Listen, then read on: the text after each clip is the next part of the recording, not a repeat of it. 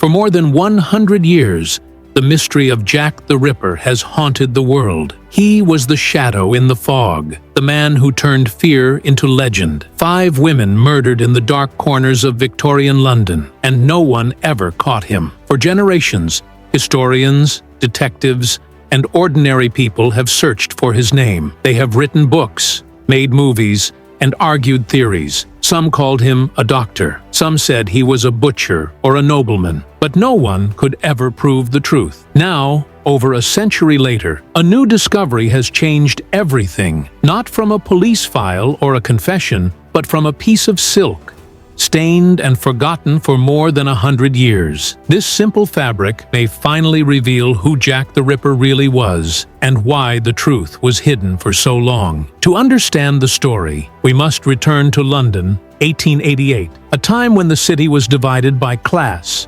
wealth, and survival. In the East End, especially in Whitechapel, life was desperate. Thousands of poor families crowded into crumbling buildings. Many slept in one-room homes or on the streets. The air was heavy with smoke, the ground soaked in filth. Disease spread easily. Rats crawled through alleys. At night, the fog rolled in thick and cold. Gas lamps flickered weakly, casting long, ghostly shadows on the brick walls. This was a world of hunger, of violence, and of fear. Among the narrow lanes, women sold matches, food, and sometimes their bodies, just to buy bread or rent a bed. For them, walking the streets after dark was not a choice. It was survival. But soon, those same streets would become hunting grounds, and the hunter was unlike any the world had ever known. In late August 1888, a woman named Mary Ann Nichols was found lying in a dark alley called Buck's Row.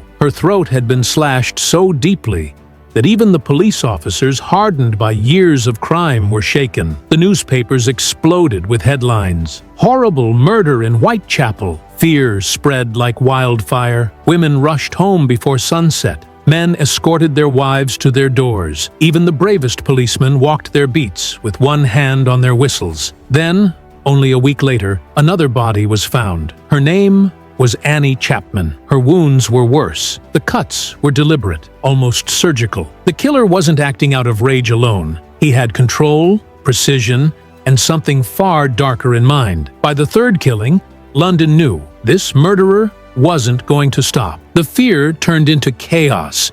People locked their doors. The police were everywhere, but powerless. There were no fingerprints, no cameras, no DNA. Crowds often trampled over crime scenes before the officers could even take a look. Evidence disappeared under muddy boots. Witnesses argued. As the bodies increased, so did the stories. People whispered that the killer was a doctor, a butcher, or maybe even a foreign devil. The mystery became bigger than the murders themselves. Panic spread through pubs and marketplaces. The name Jack the Ripper appeared for the first time in a letter sent to the police, signed in red ink.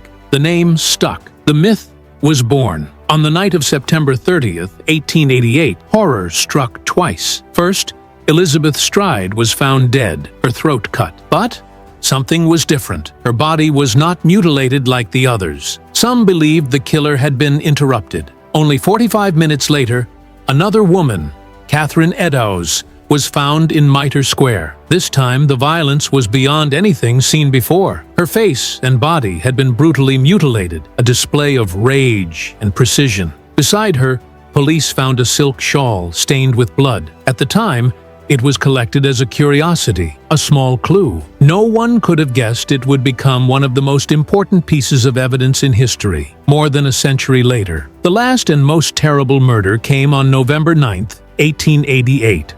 The victim was Mary Jane Kelly, a young woman who lived in a tiny room at Miller's Court. Here, the killer had privacy. He could take his time. What he did inside those walls was so horrific that even hardened detectives turned pale. When they found her, the walls were splattered with blood. Her body was unrecognizable. It was the most violent crime scene in British history. And then, the killings stopped. The Ripper had vanished. The police threw everything they had at the case. Scotland Yard sent its best detectives to Whitechapel. They interviewed hundreds of people, arrested dozens, and followed every rumor. But without technology or forensics, they were chasing a ghost. There were suspects.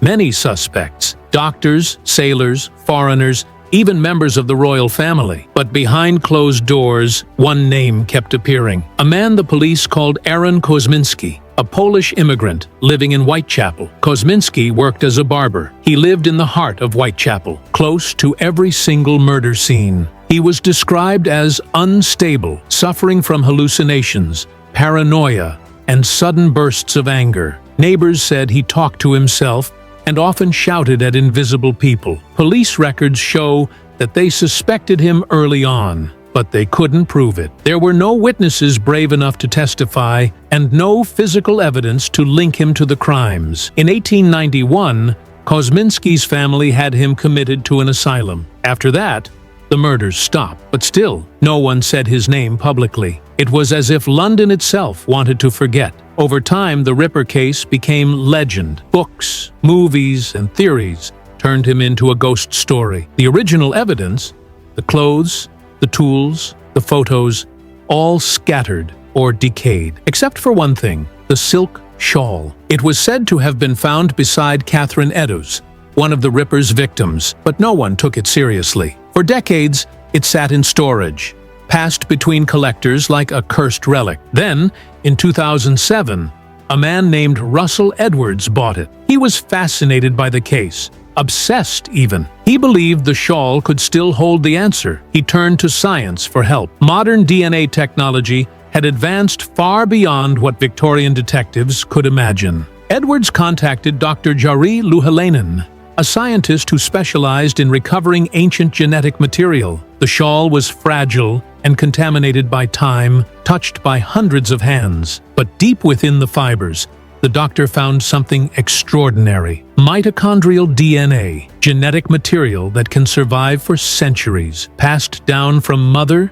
to daughter. Scientists located a living descendant of Catherine Eddowes' sister. When they compared the DNA, it matched perfectly. The shawl was real. Then they found something else, a second DNA sample from a man. The male DNA found on the shawl was compared against descendants of the main suspects. Most led nowhere. But one family line, a maternal line, matched the name Kosminski. After more than 130 years, science had done what detectives never could. It placed Aaron Kosminski at the crime scene. But the truth didn't end there. It turned out that the police back in 1888 already suspected Kosminski. Old documents, written in faded ink, revealed that top officers, including Chief Inspector Donald Swanson and Chief Constable Melville McNaughton, had both written his name in their private notes. They believed he was the killer, but couldn't prove it. Without evidence, the law tied their hands. When his family placed him in an asylum,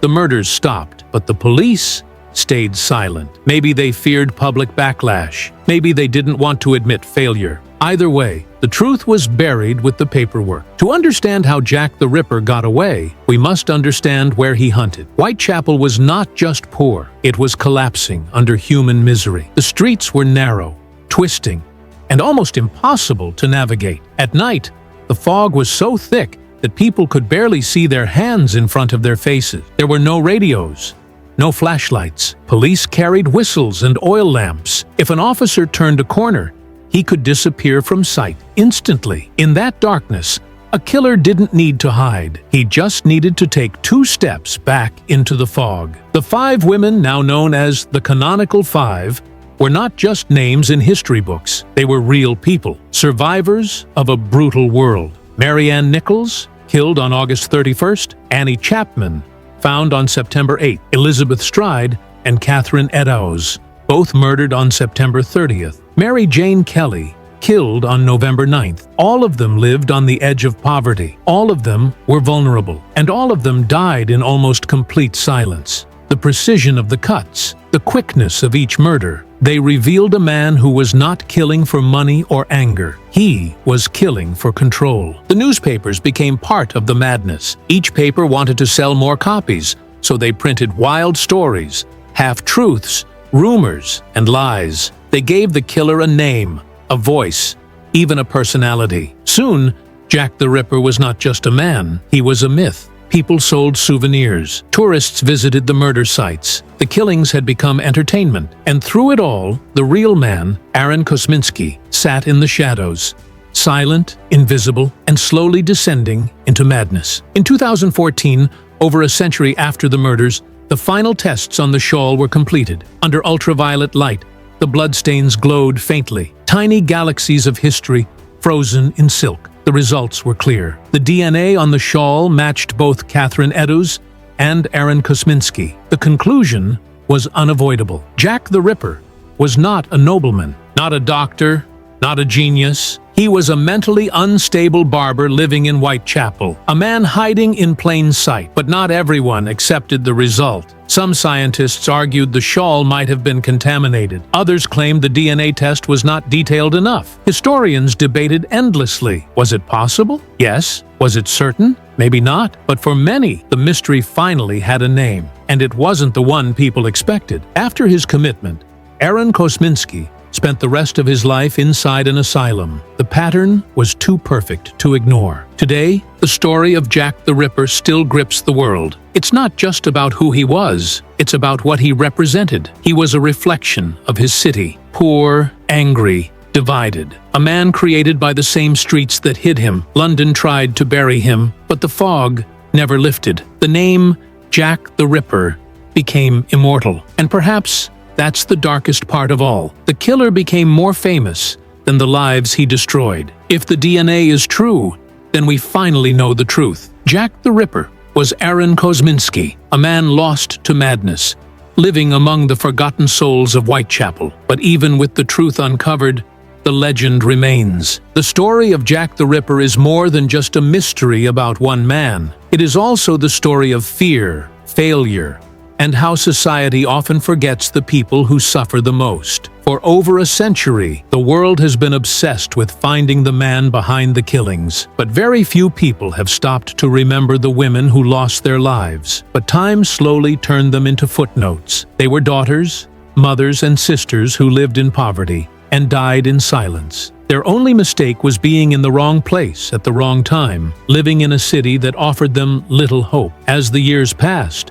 Whitechapel changed, but the legend never faded. The cobblestone streets were cleaned, the slums torn down, and new buildings rose where the old ones once stood. But if you walk those streets at night, locals say the air still feels heavy. The fog still clings to the corners, and the echo of boots on wet stone sounds just a bit too close. They call it the Jack the Ripper walk. For some, it is a thrill. For others, it is a quiet way to remember how darkness once ruled these same streets. In the years after the murders, the world began to change. Forensics started to advance. Photography became more common. Fingerprints became a tool. And later, DNA would revolutionize investigation. But in 1888, none of that existed. The police were left with only witnesses, rumors, and intuition. Many officers worked night and day, trying to make sense of a killer who seemed invisible. Some became obsessed, reading every letter, chasing every false lead. A few even lost their sanity to the case. Haunted by the faces of the dead, the city demanded answers. The newspapers demanded names, and still, there was nothing certain to give. The Ripper case became a turning point in criminal history. It forced police to look beyond simple clues and into the minds of killers. The idea of criminal profiling, understanding how and why someone kills, began to form because of this case. Detectives realized that monsters might not look like monsters. They could be ordinary men with jobs, families, and quiet faces. That realization changed policing forever. The Ripper may have escaped justice, but his crimes reshaped how justice would be pursued. When DNA technology entered the story, it was like the past had finally met the future. Scientists could take a microscopic drop of blood and trace it to a family line. The shawl that lay beside Catherine Eddowes for over a century had been preserved almost by accident. No one knew it would become the key to a mystery that baffled generations. When researchers extracted DNA from the blood and found a match to Aaron Kosminski, it was as though the ghost had finally been given a name. For Forensic history had closed a loop that began in the fog of 1888. Aaron Kosminski was not the monster many imagined. He wasn't rich, powerful, or educated. He was poor, foreign, and sick. He lived among the same desperate people as his victims. That truth disturbed many historians. It was easier to imagine the Ripper as a brilliant surgeon or a mad nobleman. The discovery of Kosminski's name didn't end the debates. Some experts questioned the tests, saying the DNA could have been contaminated or misinterpreted. Behind the science and the theories lies something more haunting: the silence that followed. After the last murder, London exhaled in relief. The fear that had gripped the city slowly faded, replaced by whispers and myths. People wanted to move on, but deep down, the Ripper had left something behind. He had changed how people saw the world. He proved that danger could hide in plain sight, that evil could live next door. That idea spread far beyond London. It became part of modern fear itself. Today, Jack the Ripper is more than a man. He is a symbol. He represents the dark side of human nature, the part that hides beneath civilization. His name has appeared in hundreds of books, films, and documentaries. Some stories turn him into a clever villain, others into a supernatural figure. But in truth, the real horror is simpler. He was human, and that is what makes him terrifying. Every generation rediscovers the Ripper. New authors claim new theories. Some say it was a painter, others a royal doctor. A few even suggest multiple killers working together. But the evidence always circles back to the same point. One man, lost in madness, stalking women in the fog. Why did he kill? Was it hatred, fear, or some twisted pleasure? The answer may never be known. Aaron Kosminski was declared insane. Inside the asylum, he spoke little. He refused to eat. Believing people were poisoning him, he stared at walls for hours, muttering to himself. The doctors noted his decline. He lived this way for nearly 30 years, a prisoner of his own mind. When he died, no one came to claim his body. He was buried quietly in a small graveyard, just another forgotten soul of Whitechapel. The city that had once hunted him barely noticed. But history did not forget. The case stayed alive in the minds of those who refused to let it rest. But in some corners, time seems frozen. Brick walls still bear the scars of that era. Narrow alleys twist between new buildings, and shadows still move where light can't reach. For the people who live there, the legend of Jack the Ripper is both a curse and a business. His name draws crowds, yet his story is a reminder of pain. The victims' descendants ask that people remember the women as human beings, not just as clues in a mystery. They want the story told with dignity, not thrill. The science that finally identified Kosminski also opened a new door for understanding crime. It showed that even after a century, truth can still be found. It proved that every action leaves a trace, even when time buries it. The same technology that unmasked the Ripper is now used to solve modern murders, bring closure to families, and free the wrongly accused. In that way, the darkness of 1888 gave birth to light. Even with science on its side, the story still feels unfinished. People want certainty, but history rarely gives it. Some experts still say we can't be 100% sure. Others believe the truth has finally been spoken. Either way, the story of Jack the Ripper reminds us of something timeless, that evil doesn't always wear a mask. Sometimes, it wears an ordinary face. Over the years, Jack the Ripper became a mirror for society's fears. The legacy of Jack the Ripper is not just about terror, it's about change. His crimes forced the birth of modern investigation. They made detectives think differently. They pushed science forward. The horror that began in those dark alleys ultimately helped future generations find justice in new ways. It's a grim trade. Tragedy giving birth to progress, but history is full of such exchanges. When people talk about Jack the Ripper today, they often focus on the mystery, the killer, the drama. But perhaps the real story is about the city itself. As the documentary closes, we return to the streets of Whitechapel. The lamps glow, faint and yellow, like eyes watching from the past. Somewhere, a clock strikes midnight. The air feels cold heavy and alive with memory. We think about the women who died, not as victims, but as people who once laughed, loved, and dreamed. We think about a city that was blind to their suffering until it was too late. And we think about the man whose madness changed the world. His name was Aaron Kosminski, but history will always remember him as Jack the Ripper. In the end, perhaps the mystery isn't about who he was at all. Perhaps it's about what he left behind. A reminder that evil can hide in silence, that fear can shape cities, and that even the darkest secrets can one day be revealed by a single thread of truth. The fog of London has lifted, but the echo of that name still lingers, not as a myth, but as a warning. Jack the Ripper is gone, but his shadow remains, drifting through time, reminding us that history never truly forgets.